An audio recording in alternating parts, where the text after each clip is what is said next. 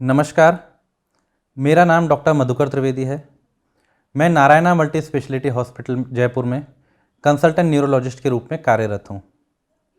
इस वीडियो में हम बात करेंगे एपिलेप्सी के बारे में। एपिलेप्सी, जिसे हम मिर्गी के दौरे या सीजर्स या झटके की बीमारी भी कहते हैं, यह एक न्यूरोलॉजिकल बीमारी है।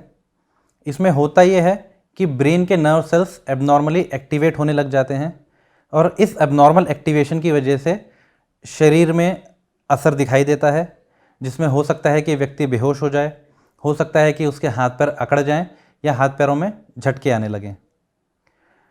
हमारे पूरे इंडिया में लगभग 10 मिलियन लोग यानी कि 1 करोड़ लोग एपिलेप्सी से प्रभावित हैं।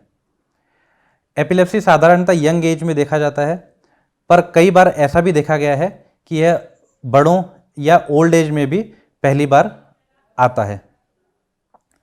अगर हम बात करें एपिलेप्सी के प्रकार और उनके लक्षणों की, तो इसके सबसे प्रमुख 2 प्रकार हैं। पहला है फोकल एपिलेप्सी और दूसरा है जनरलाइज्ड एपिलेप्सी। फोकल एपिलेप्सी में होता यह है कि व्यक्ति के शरीर का एक हिस्सा या एक हाथ या एक पैर अकड़ जाता है या झटके मारने लगता है।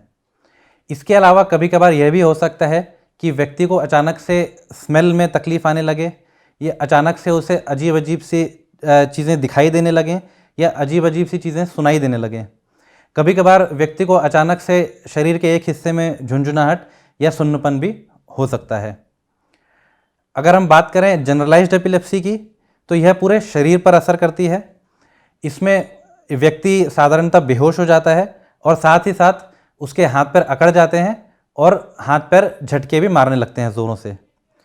इसमें सबसे ज़रूरी बात यह है कि जनरलाइज्ड एपिलेप्सी में यदि एपिलेप्टिक अटैक व्यक्ति को खड़े होते समय या चलते समय आता है, तो वो उस समय गिर सकता है और उसे चोट भी लग सकती है। इसके अलावा जो कुछ अन्य प्रकार एपिलेप्सी के हैं, उनमें से प्रमुख है एक एब्सेंस एपिलेप्सी। एब्सेंस एपिलेप्सी साधारणतः बच्चों में बहुत ज़्यादा देखी जाती है। इसमें होता यह है कि बच्चे जो हैं अचानक से एक स्टेयरिंग लुक देने लग जाते हैं या अचानक से उनकी अवेयरनेस चली जाती है, तो देखने वाले को ऐसा लगता है कि वह अचानक किसी और एक और घूर रहा है और उसकी बातों पर ध्यान नहीं दे रहा है। ये लगभग कुछ सेकंड्स के लिए ही होता है। तो कई बार ऐसा देखा गया है कि ऐसी कंडीशंस में पेरेंट्स और इवन टीचर्स कई बार इस प्रॉब्लम को समझ नहीं पाते हैं और उन्हें लगता है कि बच्चा या तो एब्सेंट माइंडेड है या पढ़ाई में ध्यान नहीं दे रहा है। इसके अलावा एक रेयर टाइप है एपिलेप्सी का, जिसे हम कहते हैं एटोनिक एपिलेप्सी। इसमें होता यह है कि शरीर अकड़ने की बजाय शरीर ढीला पड़ जाता है और व्यक्ति अचानक से गिर पड़ता है ज़मीन पर।